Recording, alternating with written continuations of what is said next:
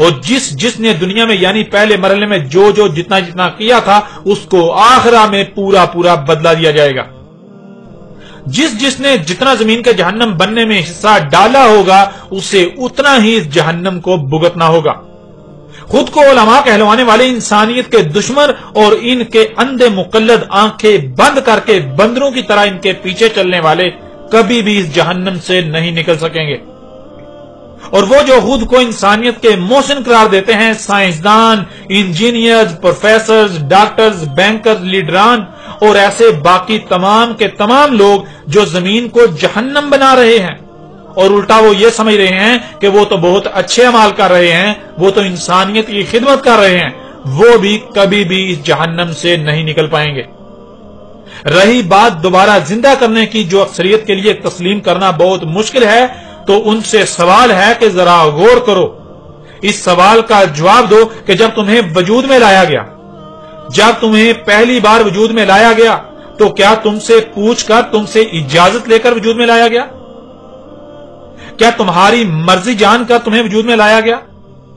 तुम्हें पहले आगाह किया गया, तुम्हें पहले पूछा गया, तुमसे पहले इजाजत ली गई, फिर तुम्हें वजूद में लाया गया?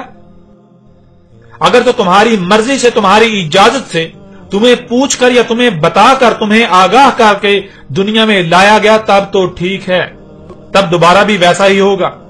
वरना अगर ऐसा नहीं हुआ तो ए अकल के अंदर, जिस जात ने तुम्हें पहली बार वजूद में लाया, क्या वो जात दोबारा तुम्हें वजूद में नहीं ला सकती? क्या वो तुम्हें दोबारा वजूद में नहीं लाएगी?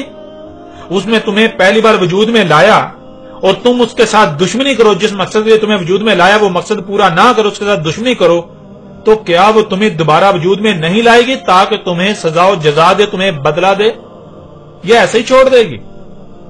मजहबी तबका आखिरत, जन्नत और जहन्नम को जबान से तो तस्लीम करता हुआ नजर आता है, लेकिन आखिरत, जन्नत और जहन्नम के बारे में जो दियोमालाई कहानियां मजहबी तबके ने गढ़ रखी हैं, खुद उनको भी उसका यकीन नहीं है, ना आखिरा का, ना जन्नत और जहन्नम का।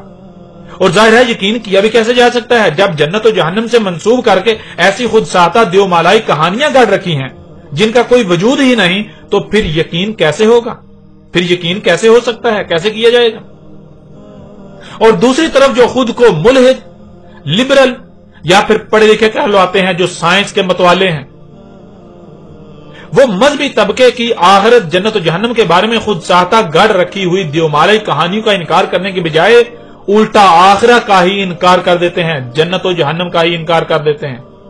खुद को बहुत बड़े आकल समझते हैं, लेकिन हकीकत यह है कि ये लोग सबसे बड़े बेवकूफ और जाहिल हैं। ये मज़हब और मजहबी तबके की दुश्मनी में हक का ही इनकार कर देते हैं। बात की जाए इनके इल्म की, इनकी पढ़ाई लिखाई की, इनकी साइंस की, जो ये तालीम हासिल करते हैं, इनकी तालीम की, वो साइंस, वो तालीम जिसका आज हर किसी को बुखार चढ़ा हुआ है कि जिसकी तस्दीक साइंस करे उसे तस्लीम करेंगे, जिसकी तस्दीक साइंस नहीं करती या जिसे साइंस रद्द करती है उसे तस्लीम नहीं करेंगे।